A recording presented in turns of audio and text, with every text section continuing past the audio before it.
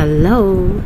It's so nice to be under the sun, nasa dagat, enjoying the light, the sea breeze. So this was in Bayawan City during the Severa 2025. So this was a short break. Okay, wala pa may game ani. So nangadto mi sa Baybayon. And so nag-enjoy ang bata. So nindot kay magtiniil kay ang ilang klase diri sa sand kay mura bitaw ka ng kinhasanan. Siguro daghan siguro kinhason diri. So lakaw-lakaw niya dito sa padung sa sandbar. So it was good kana diha mi magdagandagan ron kuyog ang mga bata. Perfect. So nahadlok sad ko ani kay basin unya mukalit og lawom na saon na lang pag adto sa kilid.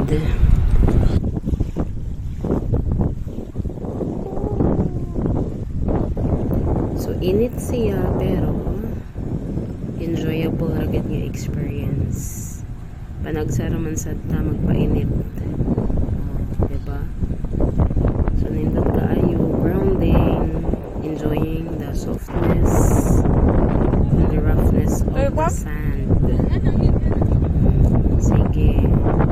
As if enjoying pose. Sige. Tuyok-tuyok kunuhay.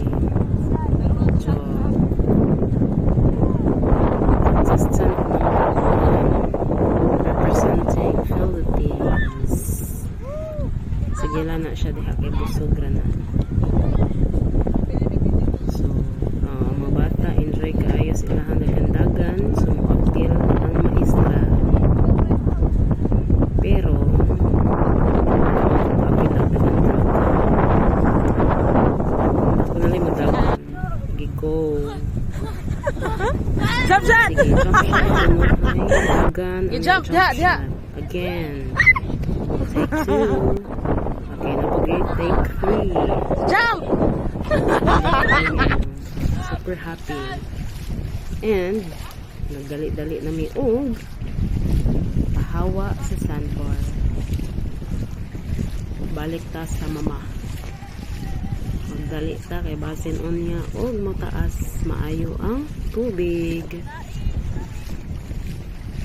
So, at least nalingaw kadali na. So, mauna sila diha. Ganahan pa unta kaayo pero no need na. Gusto na tong kiat kaganin. Nindot tayo ligo, no? Sige, pagdali mo. So, next. Kana. Ay, kita man diyan. Nindot kaayo. Meron siya lapok.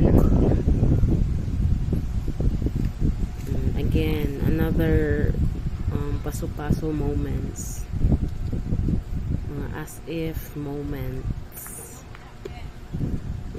Just to have the best view of the Baybayon. Smile.